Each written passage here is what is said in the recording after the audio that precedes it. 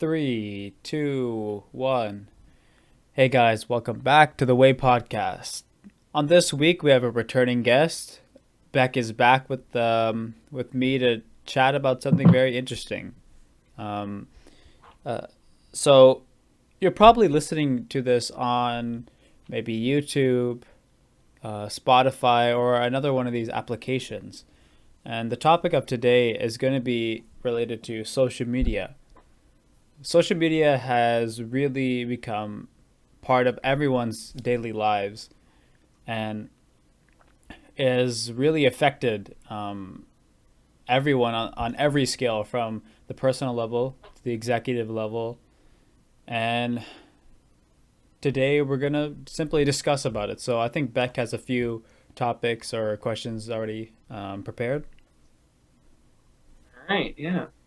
So for reference, we were recording this on, I think today is the 6th, so September 6th.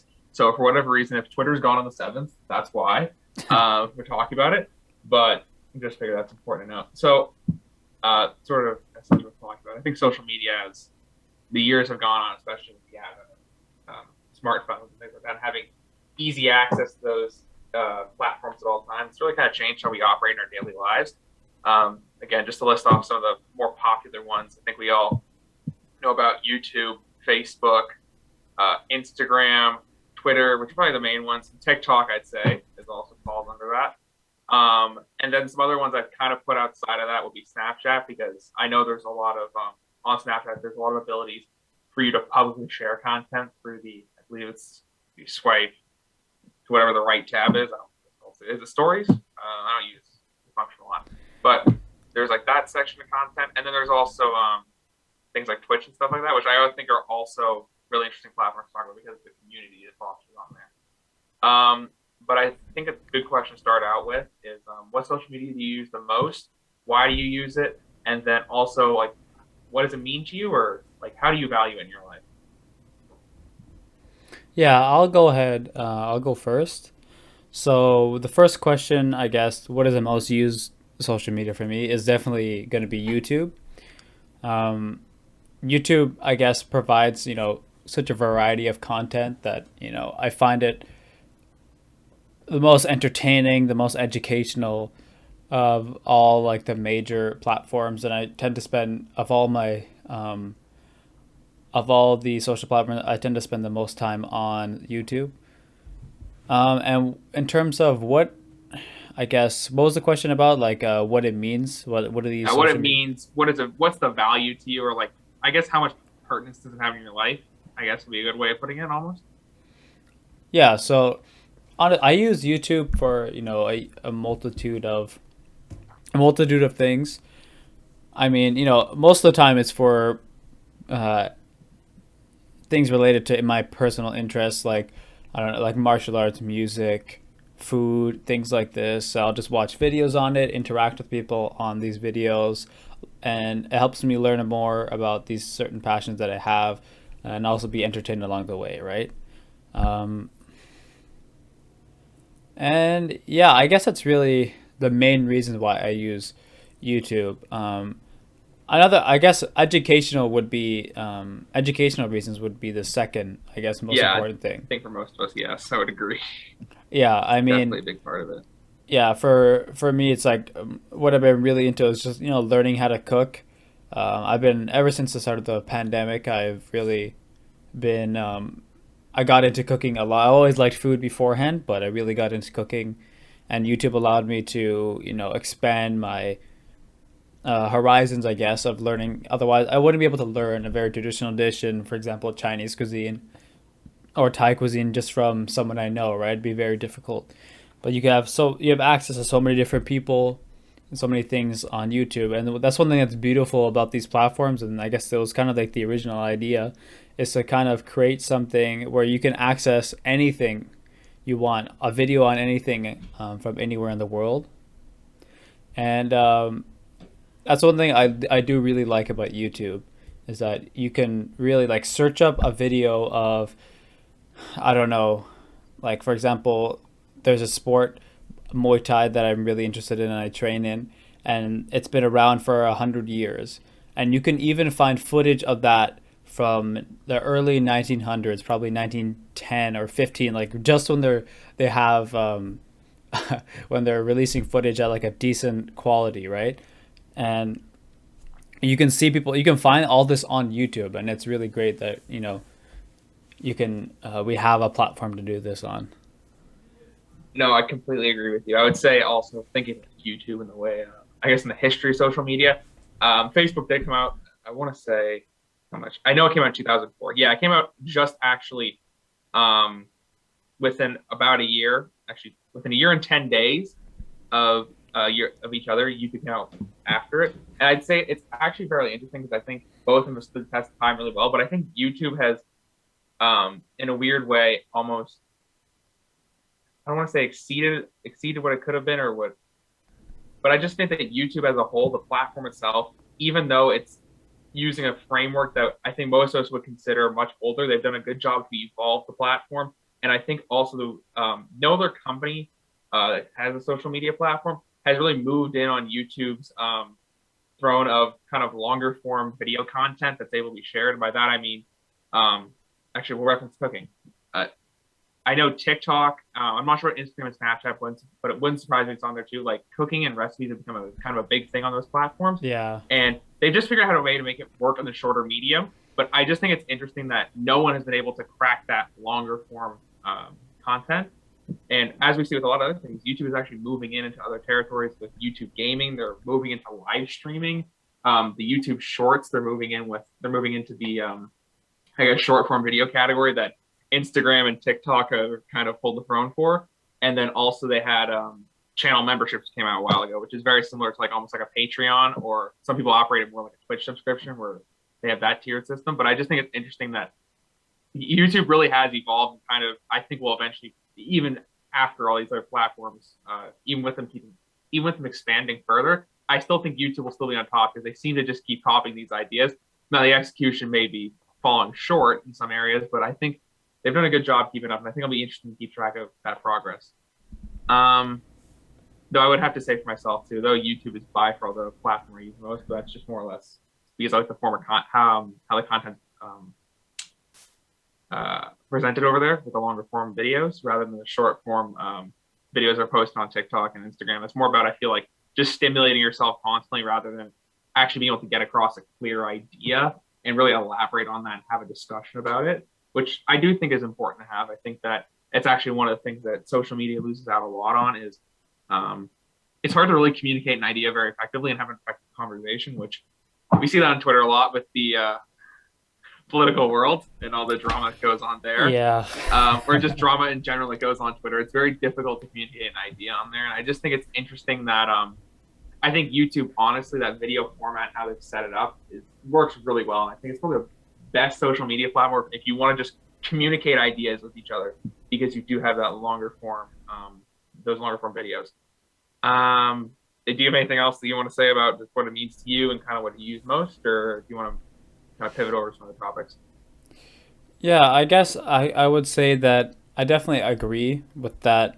I think it's like there's no other form or social media that has captured that long form content particularly as well. I mean, now because of, I think we can get into it a little bit later, how like the future and how these companies are starting to operate now. People are moving to other platforms because longer form content is kind of being, I guess, put on the sideline, I guess, because there's always going to be some sort of short form content that will be around. I mean, you look at, let's just say the first one of those was probably Vine, right? Oh yeah, Vine.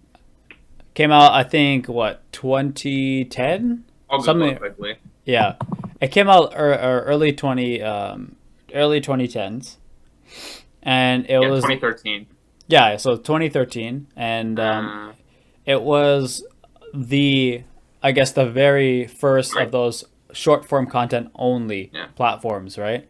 I was like max 8 seconds of video, and it produced like some of the biggest, so like I guess influencers you see today, like all these guys, Logan Paul, King Batch, all these people came from there. Not that I really enjoy their content now, but as a 12-year-old, I probably liked it a lot. But You Yeah, know, yeah, I can see yeah. 12-year-olds such a rocking on Jake Paul's Oh Vine. yeah, not on those. I'll tell you that much. Okay, But okay.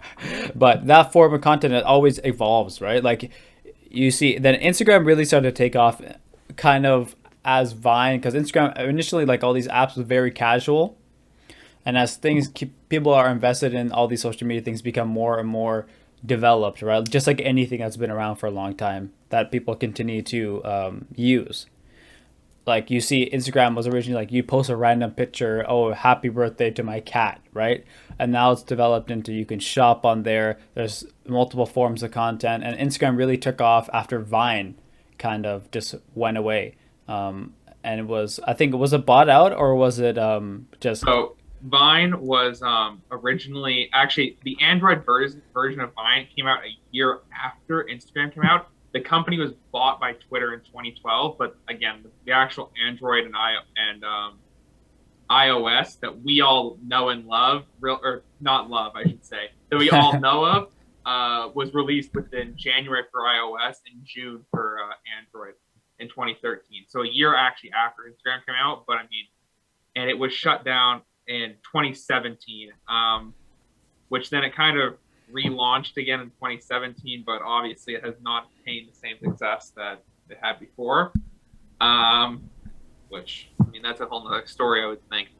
But yeah, I think speaking to that, you're right though. I mean, it did hate speak. I think Instagram kind of really did take over its spot. I mean, you saw with when Vine went down, when the ship for Vine went down, all those creators jumped ship, and some of them did go to Instagram comedy, or yeah, some of them yeah. did, or a lot of them jumped to YouTube, or did a hybrid of both. But I would say that evolution was definitely a little surprising when it happened. I felt the site was going strong. What was the issue? Was they weren't able to monetize it properly? Yeah, Vine had no opportunity to monetize built into the app. So Okay, it yeah. was kind of just like how Instagram was before you could get like people were actually getting sponsored on there. It was just like random videos just to get big. And YouTube was the only thing you could actually, well, I can't remember if it was the only thing, but it was the main social media platform where you could make money. And in those years, that's when people were making really big money on YouTube. Like people who Oh are on yeah. YouTube for like I guess in the early days, like the OGs on YouTube, that's when they're really killing it. Was like 2013 to I think 2015, or maybe 2010 probably to 2015. They're really like they could produce if you get 100,000 views, you'd be making fit like $6,000, $7,000, maybe $8,000 a month just off views throughout like that are continuously generated, right? And I mean, depends on each person's CPM, right? Yeah, for But sure, for sure. it was a lot better rate than we see now. And then the thing happened, the adpocalypse happened. 2016. I just googled it right now. Yep, August yeah, 2016. yep. The adpocalypse happened in the year of 2016, and I think was that when Google acquired YouTube, or had they acquired it Oh, they had before? acquired it a while ago. Yeah, it was early, right? Yeah, when did Google buy YouTube? Yeah, it was a while ago. Google purchased it in 2006 for 1.65 billion in stock. Okay, yeah. Yeah, So yeah, that actually makes sense because they're the one that introduced monetization, yeah, that was Google the whole thing, AdSense. right? And so yeah, so talking about the adpocalypse, if people, for those of you who don't know, it's basically when advertisers started to get really, I guess, not to say picky, but they were having their video for like a kid's toy advertise an open heart surgery video. Google would just place ads on any video possible, right? When you got monetized, and it wasn't catered to a specific audience. So people who had in the older days, right, they could just swear and do whatever they want on YouTube. After that point, if you weren't catering to these specific brands, right, like Hasbro toys advertising on YouTube, and if you're swearing in your videos, they don't want that to represent their company, right? So they would not advertise in a lot of these older creators, and they would move to. That's why you see kids content like these kids creator these toy review channels and all that have Fortnite got sky. gameplays. Yeah, and have skyrocketed, right? Because they cater much better to the advertisers, and then that's when you see that era of YouTube between 2016 and up till now. was very odd for old creators. There was kind of a place where people weren't making money off AdSense. Um, and then that's when sponsorships really started to get big on YouTube. Like, just the only Yeah. way to make money on YouTube, any real money, was to get a sponsor in your video. It was the Out, only like yeah, you could literally not make any money off YouTube because YouTube just wouldn't give it to you. So yeah, you're right. You did have to leverage it, and I think you're right. We did see a lot of YouTubers who before were reluctant to take them, just kind of have to take them to pay the bills and put food on the table every day. yeah, and the trend has continued up till now because sponsorships with content creators is one of the main marketing tactics a lot of companies use. Like, think about, Influencers, baby. yeah. Who do you think came up with that term? It wasn't the social media creators who did it. No, it was companies. Exactly. And think about it. How many times have you heard of Ridge Wallet? How many times have you heard of the Raid Dollar Shadow Shave Club? Legends. Raid Shadow Legends. What Uh, other? What's another good brand? Oh, NordVPN, NordVPN. ExpressVPN, All these VPN, Audible. Audible, and then Uh, even what's the men's health oh, one? Manscaped. Manscaped. Yeah, that one's on Babbel. All these companies are advertising and partnering with content creators, and it's very smart. I feel like we're in a good place now because that area, the Adpocalypse era, was a horrible time for content on YouTube. To be honest, like some of the like it kind of really went downhill because you couldn't make money, and if somebody can't make money, like a lot of people stopped making videos. Like people who had been creating since YouTube came out in what 2005 or 2006, whenever it came out, and Probably '04 when it came out, I believe. oh Or 04. sorry, '05, '05. That's Yeah, sorry. so it came out '05, and people who have been creating for so long, for 10 plus years, suddenly lost everything. Really, they had to stop making YouTube and they moved to other platforms. And I see a lot of this now. I don't know if you heard of it. It's called Nebula. I have not heard of that. That is something new I've not heard of. You have to Yeah. fill me in on So that. basically, as YouTube was moving towards shorter form content, there was that era where it's like if you didn't make your video over 5 minutes, then it was like if you made it over 5 minutes, sorry, it was like not like you didn't need to do that, right? It was the era of skits, but Hmm. and there was the 10-minute era just to get the mid-roll ads, right? And Oh yeah, yeah, yeah. Or when Rice Gum would do like he make a 6 minute video and the last 4 minutes would just be a screenshot just to hit the 10 minute mark. yeah, like that would be Yeah, yeah, yeah. I remember just to that. get that mid-roll ads, right? And always things have been catering as other platforms, like when TikTok came out, then Yeah, another platform catered only to short form content started rising, right? yeah.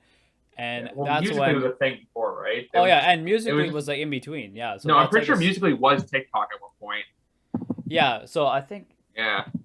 yeah, I think it was the same. It was the same company, right? No, let me double check it. Um. Yeah. Oh yeah. No, they did rebrand it. They rebranded. It's now known as TikTok. They've kind of like merged it together. Before they were two separate apps, but now it's become just one thing. So Yeah. So that the short form content was always like beside YouTube, and yeah. then Well, YouTube Vine was saw doing how short form content, right? So that was the whole yeah. thing of that. Yeah, Just and new then platforms. YouTube was going alongside. They're realizing like so many people are going on that app, like all these short form content apps that are focused, right? And they were, I guess, kind of they're pulling away from the long form content. But to be honest, I think people prefer longer form content now versus our attention spans have actually gotten longer because you look at videos on YouTube from, I mean, back in 2010, 2013, like they're all very short videos, right? And Yeah. now, like people are posting, they're using other streams to help generate income. And going from like I think 2019 is when it really started, maybe 2018 when they really started branching out to different platforms to make money. And one thing that really started popping off is what we're doing right now, podcasting. Oh yeah, yeah, In yeah. the last maybe 2.5 years, 3 years, it Yeah. really Yeah. skyrocketed. I mean, everyone knows of the Joe Rogan podcast. The It's Joe Rogan the experience. Joe Rogan Experience, man. JRE, the biggest podcast on earth, basically. And Yep. that it's crazy to think that that podcast was bought or not bought was moved to Spotify for $100 million deal. Was it $100 million? Yeah, it wasn't 10. It was 100. I knew it was massive. I didn't know it was that big. Yeah, it is It's been a while since I looked huge. at it. Yeah, and Oh, yeah. yeah, and you see that one thing that I find really interesting is how now YouTube is really like, since Spotify podcasts are getting really huge. I feel like there's no in between anymore on YouTube. There's either the very short form content that they're pushing now with YouTube Shorts, or it's the very long form content that's getting big. Like everyone has a podcast, right? Yeah, I think with the podcasts though, I think it depends on what kind of content you're looking for. I still Yeah. think at least in the gaming industry on YouTube, the 20-minute highlights funny moments content is still, I think, pretty Yeah. popular. But I would say with a lot of other genres for sure. I think like that kind of content compared to the short form. When I talk about short form, we're talking about TikToks. I mean, you see online on YouTube a lot of videos now are literally just compilations of TikToks, or it's just like sometimes you'll see in YouTube Shorts they're just TikToks that have been lifted. Yeah. Which I mean, Reddit and Instagram have had a feud about stealing content for years. I haven't seen it pop off yet on YouTube and TikTok, but we'll see when that happens. But yeah, going back to the long form, I think the 10-minute, the 20-minute content for sure still exists. I just think it's probably in less genre or less industries than before, where that was kind of just the norm. Um, Hmm. I don't know. I think though it'll be interesting, kind of just talk about short form content a little bit and long form. I think you're right. Or sorry, not necessarily. I lost my train of thought, but basically short form content. I think we've seen the crown for that change hands a lot over the last few years, and I'm wondering if TikTok will be able to lock it down and actually get some longevity to it, like YouTube's seen. Um, Hmm. which, I mean, again, you think about it, like Vine had it, Instagram had it, and then now TikTok has it. So I'm curious to see who's going to have it next, and then how long they're going to hold it for. Yeah, that's really interesting because ironically, the short form apps don't really have, The they kind longest of. longevity. Exactly. But one thing that's smart about Instagram is that they really like They diversified like YouTube did. exactly, and that was very smart of them. They now everyone, like every platform has, I guess, four main forms of content. I guess the three I big guess ones. except TikTok. I don't think does TikTok have long form content. I'm not really. Max is 60 seconds. Max is 60 seconds. Okay, I did not know that. Okay, Yeah. and does Instagram? I guess Instagram has Instagram Live, right? So I Yeah, guess that Instagram, yeah, because technically you have counts. IGTV is their long form, Okay, and that's gotten a lot bigger, right, recently, okay, and especially with comedy, like for comedy specials, because you can okay. release a long form on two different platforms like YouTube and Instagram to help drive traffic, right? You might as well just post it if you own it, and it's very smart what they've done because they stole the stories thing from Snapchat, right? Or sorry, Or um, was it the other way around? No, it's just Snapchat at first, I think, right? yeah, in quotations, borrowed. They were inspired by It's the same way Snapchat's. YouTube Shorts is just like this is our new product we come out with, but it's been done a million times Yeah, before. the short form content that you can scroll Yeah, through. But yeah, I mean, look at Facebook has long form, short form, um, the stories, and yeah, same thing with Instagram. Even YouTube has YouTube stories. I mean, it's very rarely used, but yeah. It it's didn't really catch on very well. I and think, yeah, yeah, no, and I think even it has look to at do with the user Snapchat. base. I Like think it's to do look, with the user base. yeah. I mean, even look at Snapchat now. Like how is Snapchat has become like it has declined in popularity so much, and I think all these apps that are catered towards this sort of content of like the short form content are just because their audience is growing up. Okay. I think you're right and wrong in some areas. I think Snapchat's strength has always lied in the messaging capabilities of it. But I think if you think about what's the best platform for messaging capabilities, like there's better services out there such as Discord or just the phones in general have that all built in. I think the Snapchat system of deleting messages after they've been viewed is really annoying and frustrating to deal with if you're actually trying to have a serious Exactly. conversation.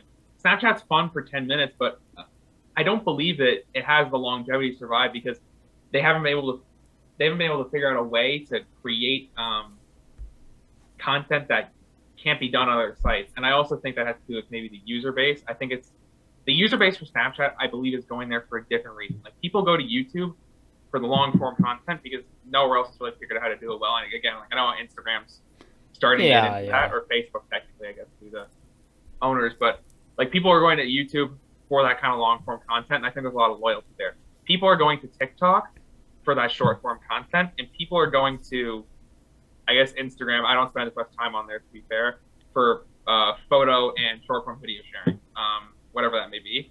Yeah. And I just don't think Snapchat's function necessarily produces the same results as all those other ones, and I don't think it'll be as successful. And I think it'll go away. I think you're right. Yeah, and one thing I found very interesting, obviously, this is very anecdotal and my personal experience, right? Because I nowadays, I guess Snapchat is tends to be used, as you're saying, mostly for its messaging capabilities, right? And one thing I've been noticing is that I get notifications about people's stories being posted. Like I never check like Snapchat stories ever. Like maybe since the ninth grade, I haven't checked a Snapchat story I've really. turned off that notification, so I don't even know when people post stories. Yeah, because I remember before I wouldn't get them as frequently, right? I would just get messages and notifications from people texting me or group chats and whatever. But now it makes sense because that's the only place they can advertise. How do they make money? You Yeah, can't advertise in yeah, somebody's text to another person, right? You have to get them to view people's stories, and once they're on the page where they view people's stories, they can view public stories, which have lots of ads in between and sponsor content, right? And that's the yeah, only way really they can get people to come back. Because I've been getting them every day. Like I don't remember having this frequency before, and I can tell because that they're on the decline because they can't provide anything that they can monetize really. Like the content cannot be monetized as well as these other platforms. Like, yeah. I'd say you're right too. And again, I kind of want to go back to the loyalty for a minute because I think when you talk about loyalty, like people when they go to watch a YouTube video, I find most of the time, again, anecdotally speaking here, like if I'm going to sit down and watch a 20-minute video, I'm sitting down to watch a 20-minute video, and I've like taken time to do that. Where I find people going on Snapchat, Instagram, TikTok, and I guess Vine when it was around as more of an I'm bored, let's see what's online. Like there's mm-hmm. no loyalty in that. It's just you don't have anything to do, and you're just trying to fill your time when you're sitting there. And I think that's going to really affect the longevity of those sites because Mm-hmm. they live and die by just how interested people are and the dime a dozen like content they can find on there. And I don't know. I think that's important to recognize. Yeah, and one thing I find of the platforms I think for I guess maybe we could move on to this topic about social media and business. How it has affected and has played as we know it's played a major role Oh yeah, in uh, in business, and originally it was for hiring and personal marketing. use. Yeah, it is. I mean, social media is the premier way to get reach your customer, and Instagram is the best platform for a business. If you had one social media, it'd be the best platform to have if you could only have Oh, one. for sure. You have the Facebook like base of I guess consumers or customers, and then also you have the ability to selectively target where your product is going to be viewed, who it's going to be viewed by, under what conditions.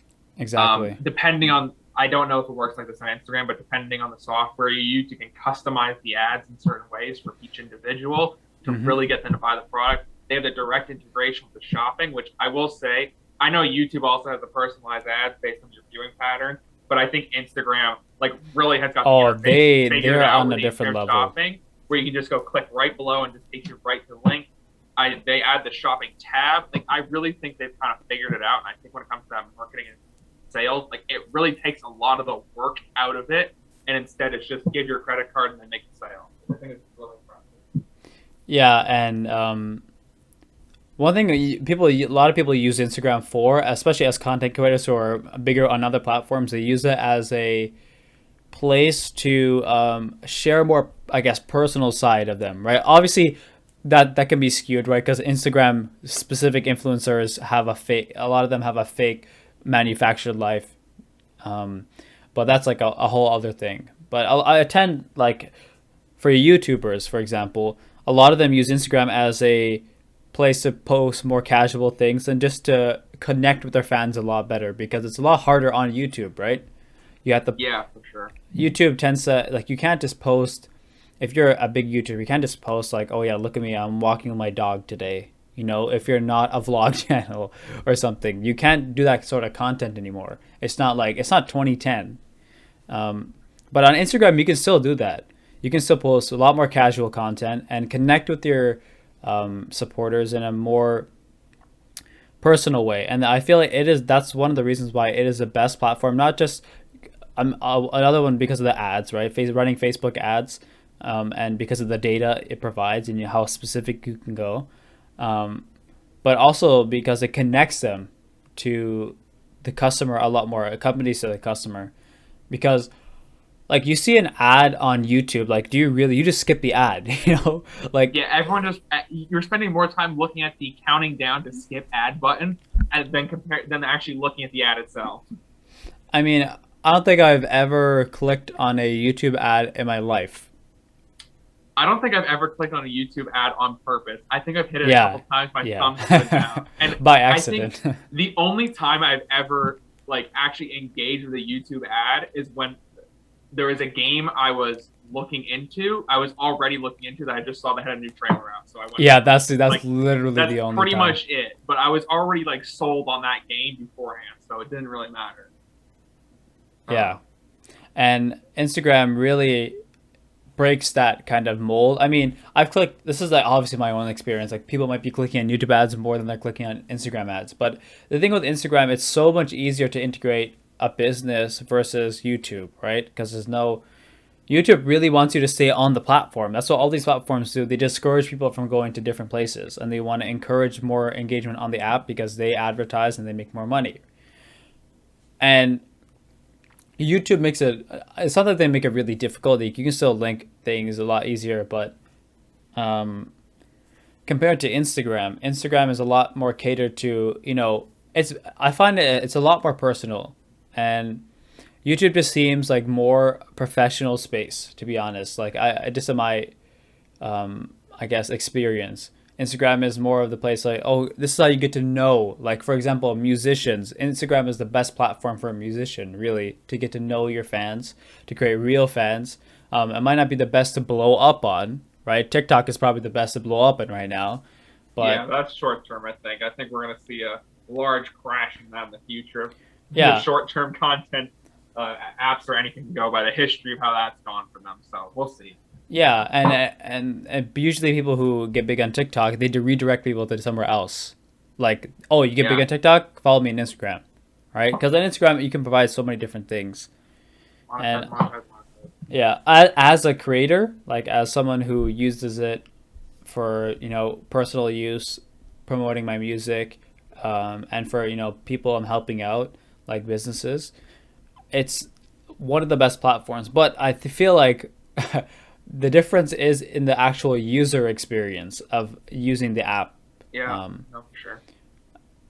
I feel like it's very different compared to YouTube.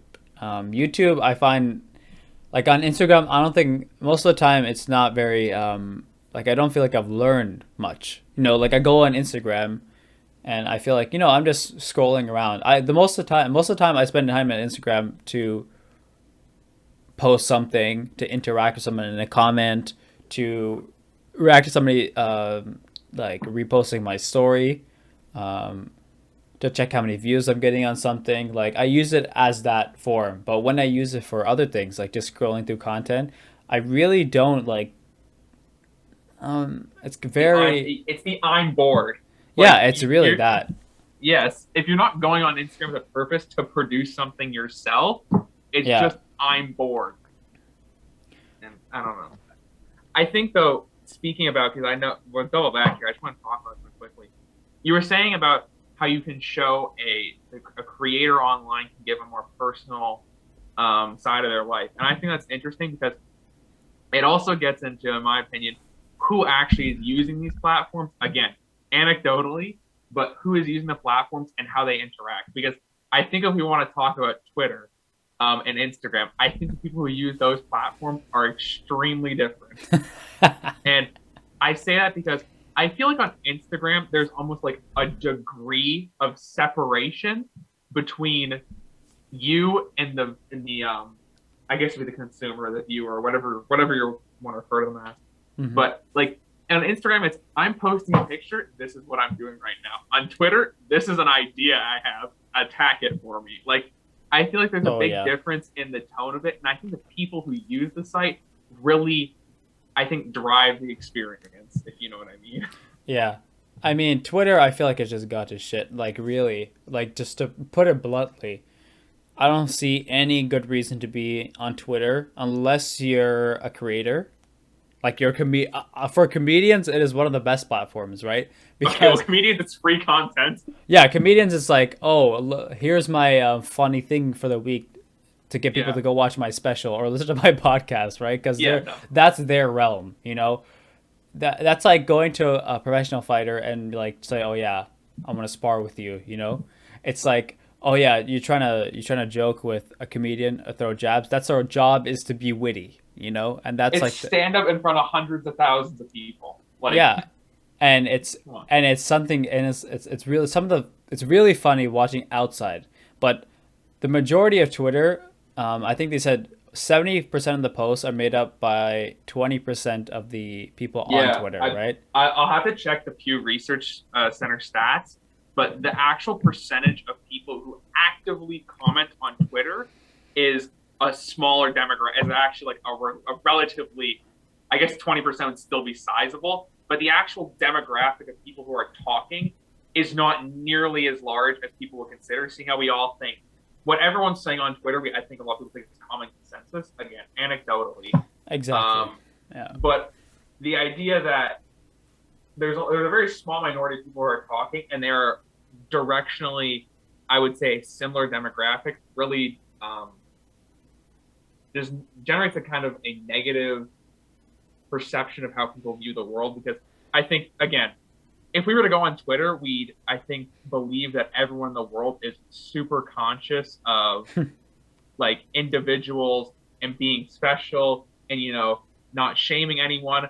And then I think we walk onto Instagram and realize that everyone's just posting the same picture of them at the beach. You know what I mean? Like, and just showing off their body. So I don't know what to believe when you read on Twitter. It's like no body shaming here. We don't care what you look like. And then you go on Instagram and that's all anyone's showing. So there's obviously been a disconnect here, and I just Yeah. think it's important to recognize that different types of people use different platforms in very different ways.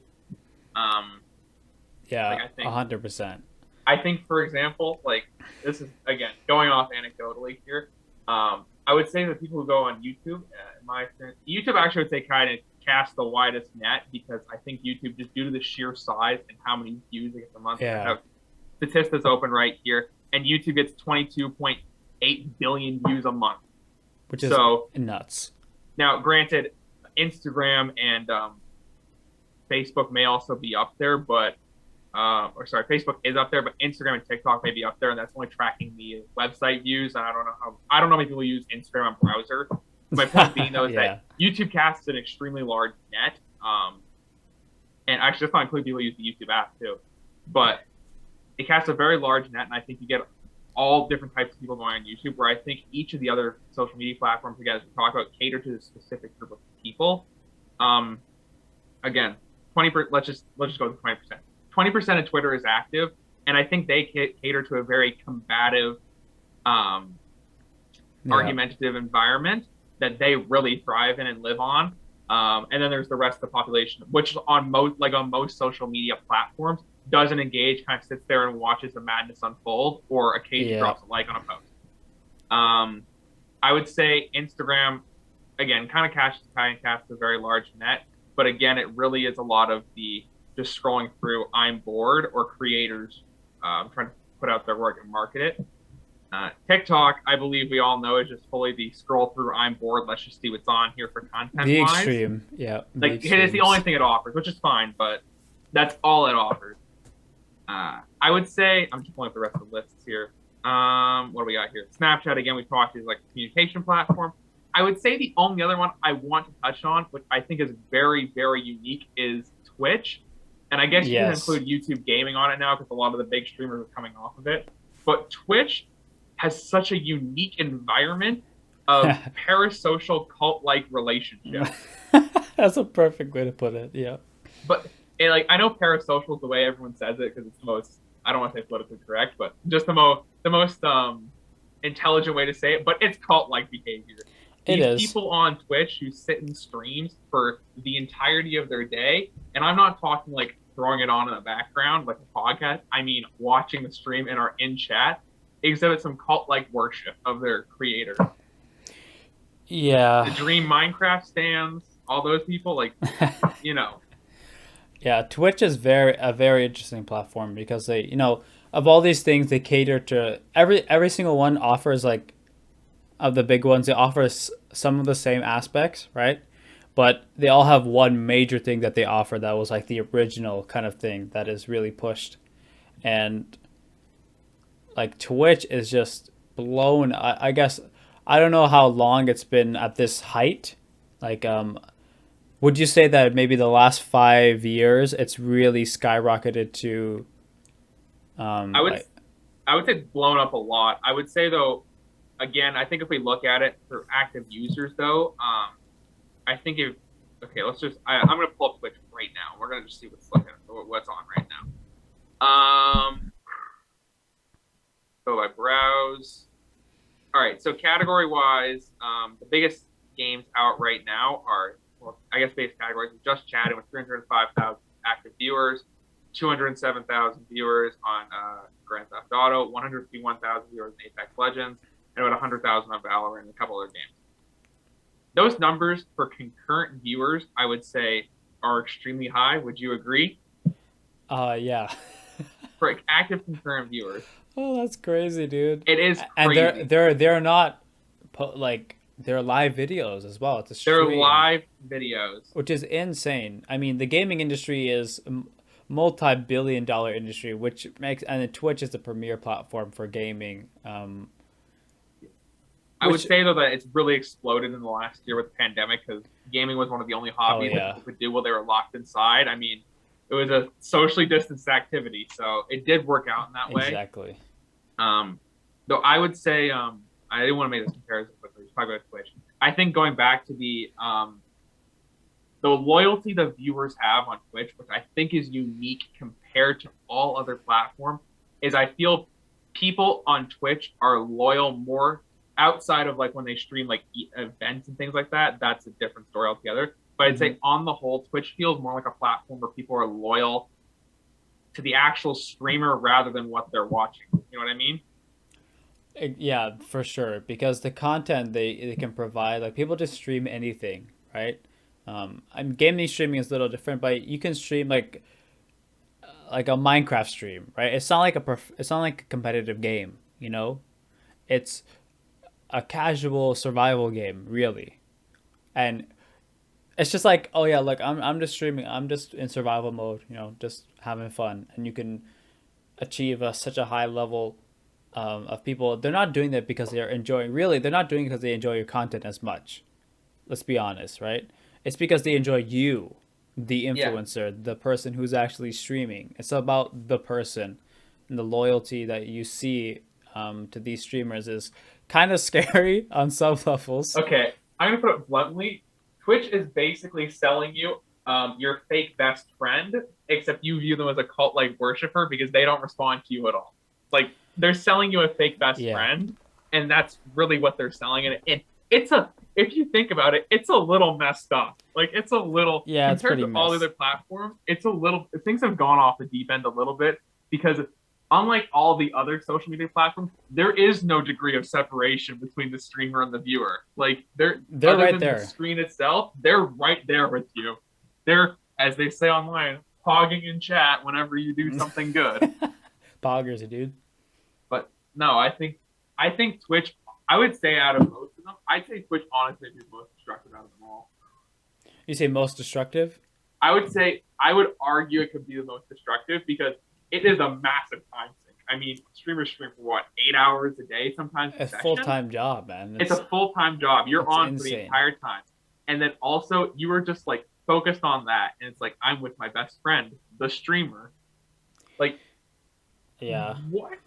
I know. It's kind of for someone who's not really into it. Like the only time Oh I've no. ever watched a Twitch stream is for like I don't know, like for in Smash Bros. When a new character's released and they're labbing for 20 minutes, you know, like that's the Yeah, only no. time I've ever watched a Twitch stream, and somebody who I really enjoy as a person from their YouTube content. That's the only time I ever go on there, and I'd rarely watch live streams. Like I've only, I've only probably gone on maybe 10 or 15 ever.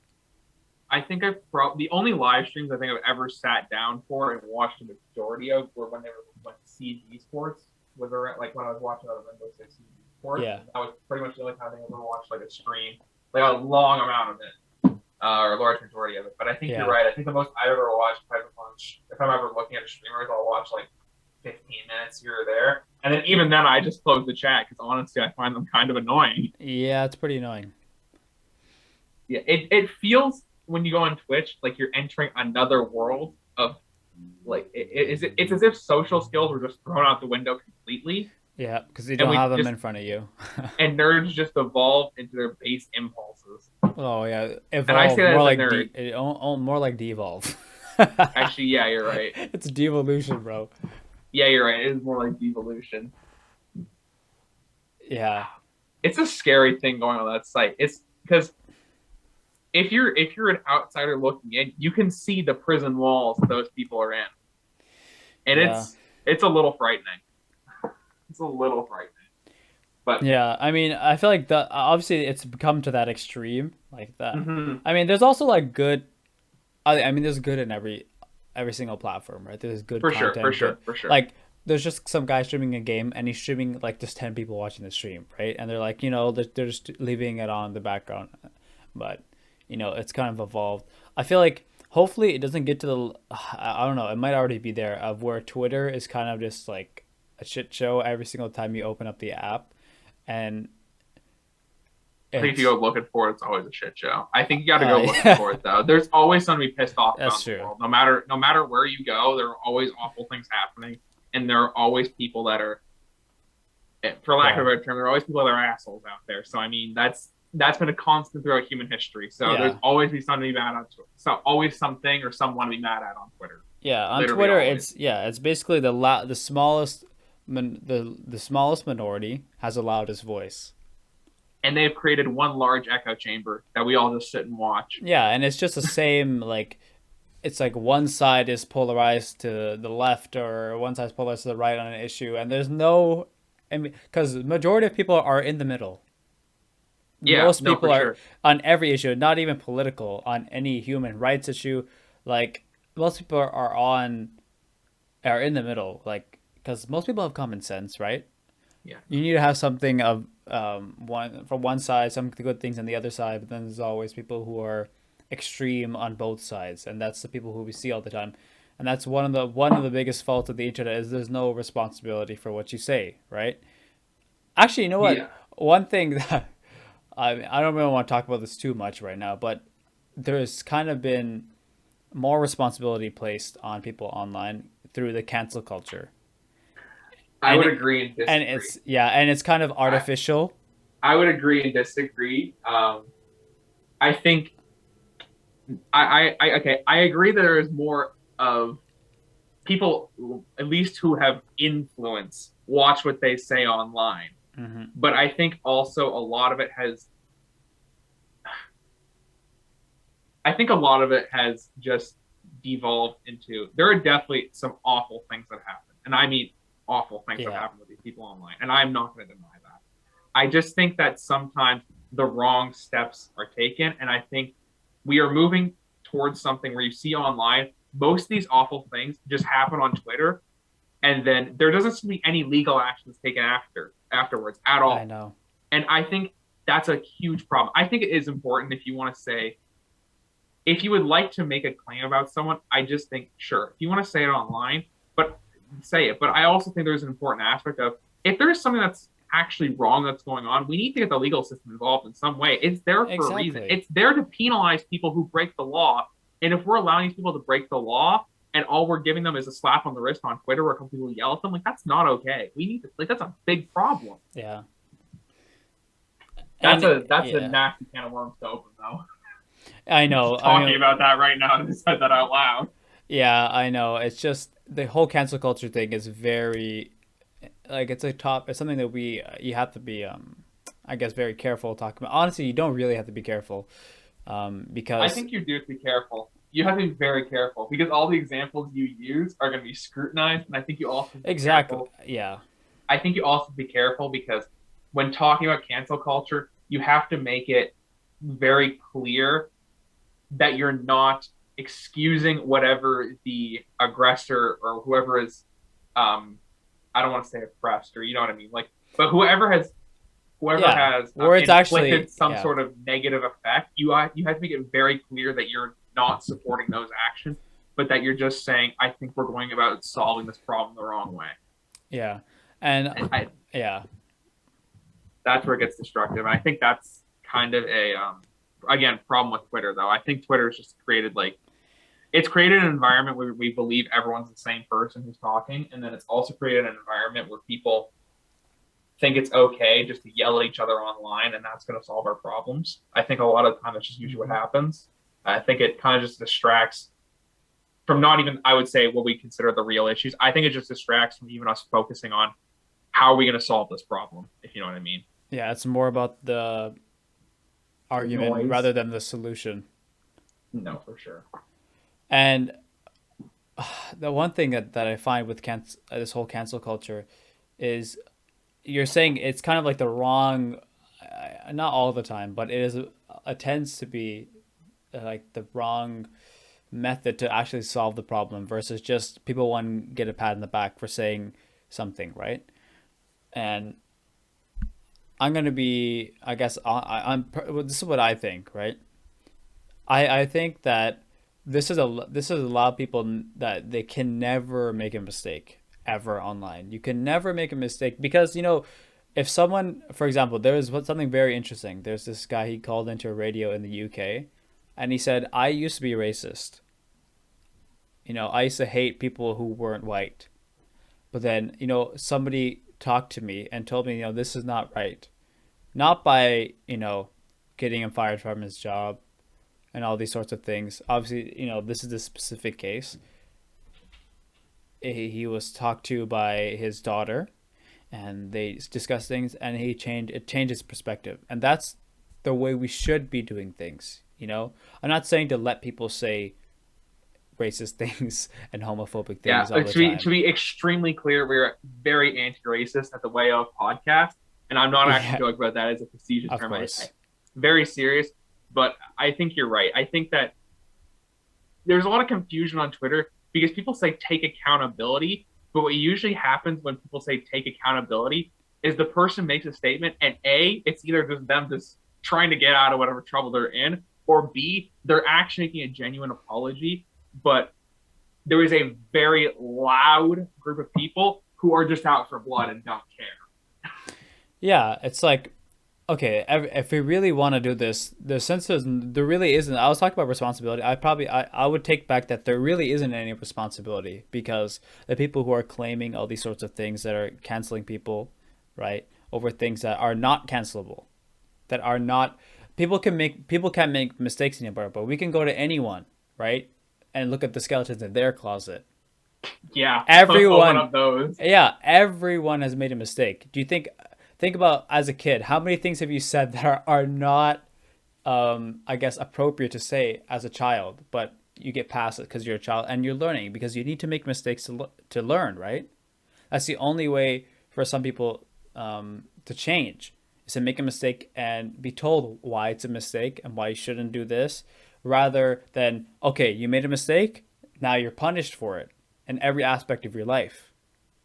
Yeah, I And think the thing yeah, is, yeah. Sorry, I'll let you finish. I'll say my idea. Yeah, yeah. I was just gonna finish off by saying like I feel like it's an inefficient way to solving a problem. You know.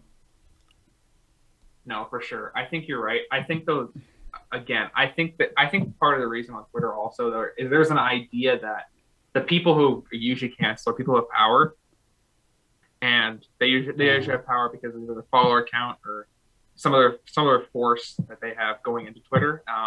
But I think at least in the situation of social media influencers, obviously people who are just have Twitter accounts that have power through some other methods. But people who have social media power, they only have as much power as you're going to give them. mm-hmm. And when people act as if they've been betrayed by these people, I don't know why you put so much of your being and your own, I don't want to say self worth, but self identity into these people that you feel betrayed when they make a mistake and you realize they're not infallible. Yeah, Not to say they're what they've human. done is right. I think if Exactly. someone has committed a mistake, and I mean a serious one, like saying something they really shouldn't have said or doing something they really shouldn't have done, like that's obviously not okay. It's never okay to harm people. But I mean, like for people to get so worked up and so invested in these people, I just think it's even just as destructive as like people getting have these parasocial relationships with Twitch, these cult like worship of their influencers. I just think that it's important to remember that these people are human, not to say what they have done, not to absolve them of what they have done, nor should they be absolved necessarily, but that just don't put as much faith and stock in them because they're literally they are made up the same way as everyone else on this planet. They are Mm-hmm. wired the exact same way. Yeah. So And I find something. There's a TED talk about what was his name? Daryl Davis. Oh, what was his name? He was the musician who convinced the leader of the Ku Klux Klan to leave the Klan. I wouldn't know. I I don't want can't to talk remember. about that. I Yeah, think you may be right, but yeah. I forget his regardless, Daryl Davis, something along those lines. And I really don't like the controversial direction you're taking this right now. no, I'm just saying the power that conversation can really have. He didn't convince them by saying you're a racist. He was so brave. He sat down with the leader of the Ku Klux Klan as a black man and interviewed him and asked him, "Why don't you, why do you feel this way about black folks? What have you, why do you perceive us in this way?" And then they had a conversation. I think you're less. He would say, "I think you're less. I don't think you're equal to me," and that's just the way it is. And he gave his opinion, and he met with him multiple times, and it's one of the best TED talks I've ever seen. He talks about how many times he had to talk to him, all these different experiences, all these hoops he had to jump through to get this man to hear his perspective. And in the end, the leader of the Ku Klux Klan I believe, in one of the major American southern states, um, ended up leaving the Klan and hanging up his robe because he was interviewed and had a conversation, multiple conversations with a black man about this topic. How he was completely wrong in his thought process. Yeah, and it's just amazing. You should, whoever is listening right now, and I would say to you, Beck, too, you should watch it. It's not very long, and he was also on the Joe Rogan podcast as well. And it's just amazing what can be accomplished through conversation and meaningful dialogue. Um, and I guess we could end it off. We're almost at the hour mark. I guess we could end it off by saying, we don't condone any of these people who have done these horrible things. But if we really want, I feel like if we really want to make change, we need to be Penalize able. them through the legal system. Yeah, first of all, yeah, penalize it in the legal system, not in the court of public opinion, as it's being done on Twitter and all these things, um, and also be able to hear people out. Hear the other side. And I hope that we all can try our best to be open minded and not only see it from our perspective. And hopefully, we can use these social media apps and websites to bring us closer together rather than divide us apart. Yeah. Penalize their legal system, bring us together, and then, as always, just keep your common sense about you. always keep your common sense about Yes. you. It's just how this insanity unfolds on both sides. As people just lose common sense, they are unable to communicate anything. Everything just unravels. Yeah, everything goes to crap basically. All So, right. Yeah. thank you all for listening to this week's episode of the Way Podcast.